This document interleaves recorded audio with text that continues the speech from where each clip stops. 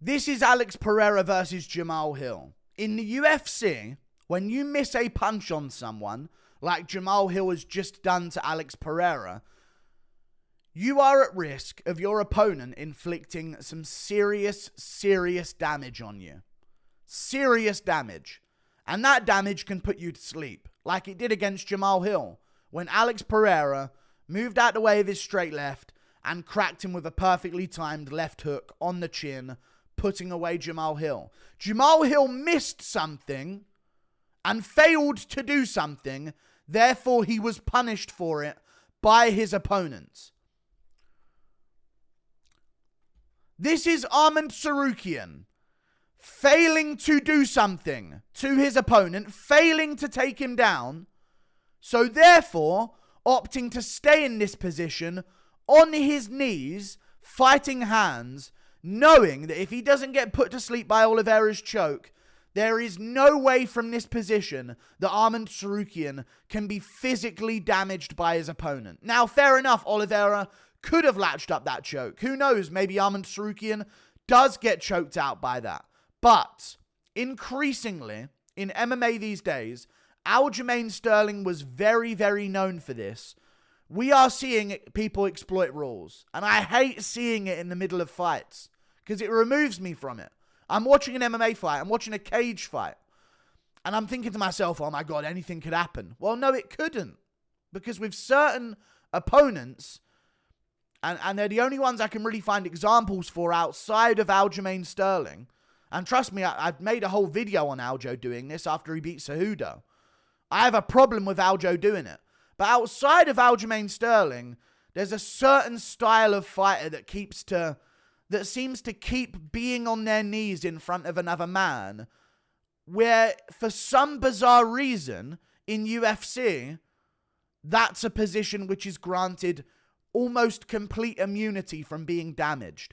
As I said, when Jamal Hill misses a punch, goes for something and fails to do it on the feet against Alex Pereira, he is at full mercy of pretty much whatever Alex Pereira wants to do to him. Alex Pereira has the timing for it, the skill, so decides to knock Jamal Hill the fuck out. If Oliveira tries to separate, I don't like... Listen, you could say, Oliveira needs to separate. We saw this with Evloev against Arnold Allen, by the way. Evloev shot in from the open, as they all do. Arnold Allen latched up his head for, I'm good to knee him in the face here, and then didn't get to knee Evloev in the face because Evloev kept his hand down like this.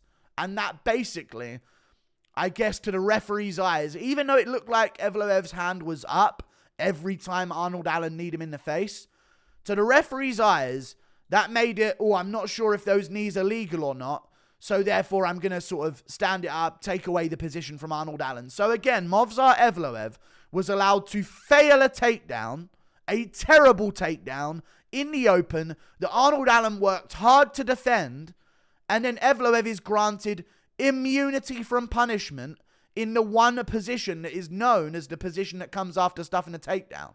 You sprawl a takedown, you get a hold of your opponent, you stop him from getting to your hips, you're in this position with them. Not always stood up like this. Sometimes, again, down on the knees instead. I think this is a legal knee that Arnold Allen landed on Movsar Evloev. We can look to other positions here. He's down in this position here. He's failed a takedown on Charles Oliveira. I hate that these people are getting to these positions in a way where they know they are granted absolute immunity. This is Mokaev.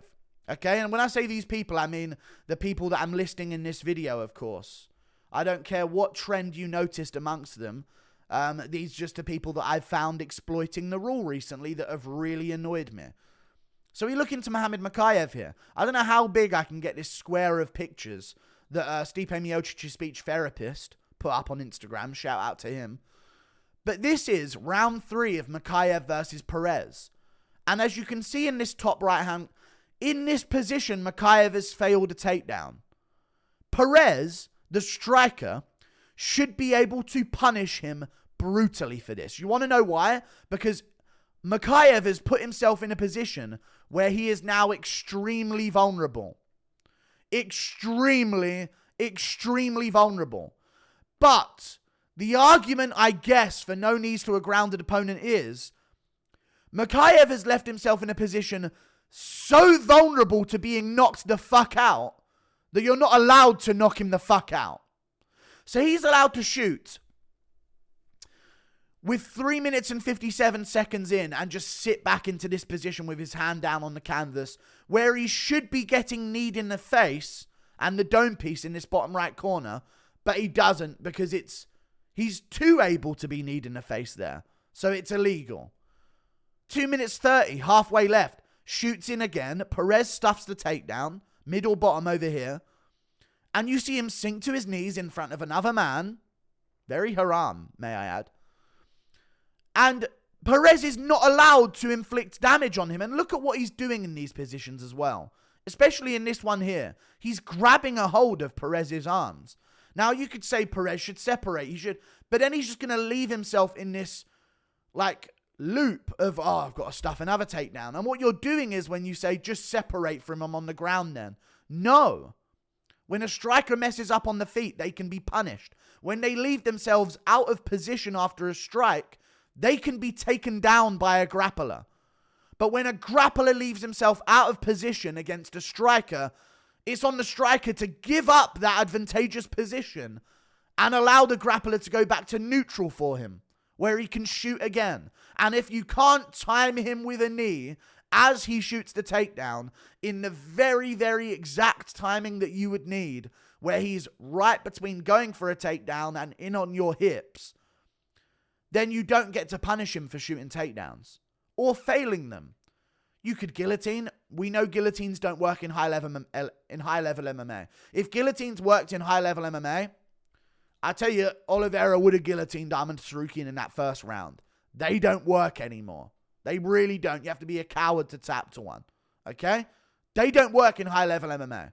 You won't see guillotines pulled off.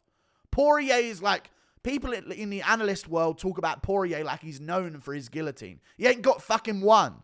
He just always jumps them and they always fail. And we see Tsarukyan. Right here, Oliveira should be able to knee him in the fucking face brutally.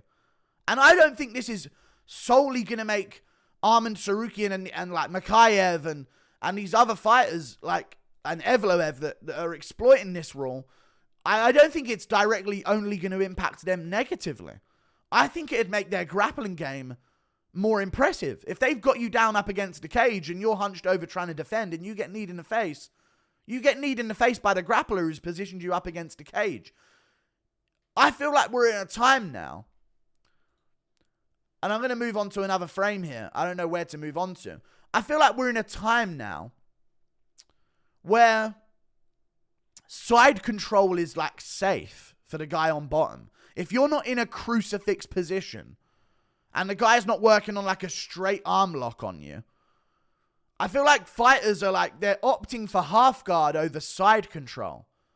Side control should be one of the most devastating positions a guy on bottom can be in. And if these grapplers are allowed to get someone to side control and then knee them in the fucking face from there, we're going to see epic finishes of holy shit, that grappler really took him down and beat the shit out of him. But what we're doing is we're deducting weapons from grapplers and we're also deducting from strikers the one time they should be able to punish the fuck out of these grapplers, man. It's so annoying to watch. It's ridiculously annoying to watch. Look at him here.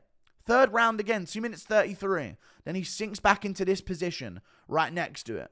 Then we go to 153. He's in this position again, on his knees, holding the hands of Alex Perez.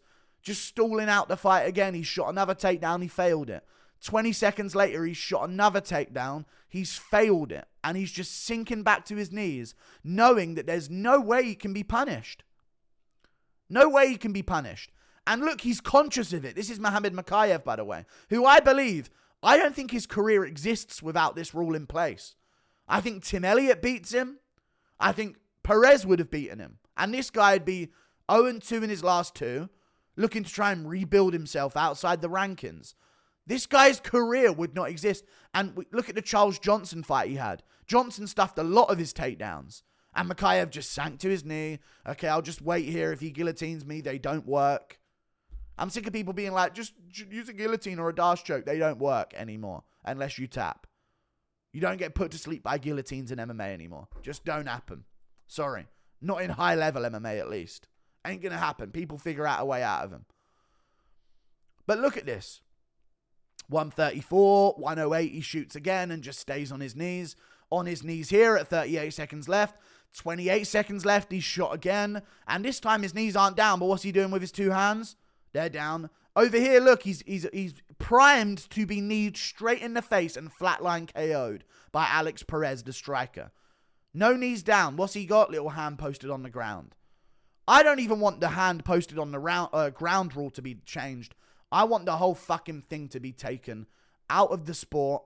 You are in danger if you are on your knees in front of your opponent. You are in vicious danger. You should not be granted immunity. You should not be granted freedom to shoot as many takedowns as you want, knowing that you won't be punished for it.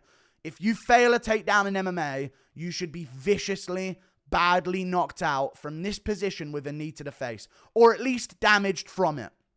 End of discussion. Like and subscribe. Thank you for watching. Toodle pip. I'll see you later. Goodbye.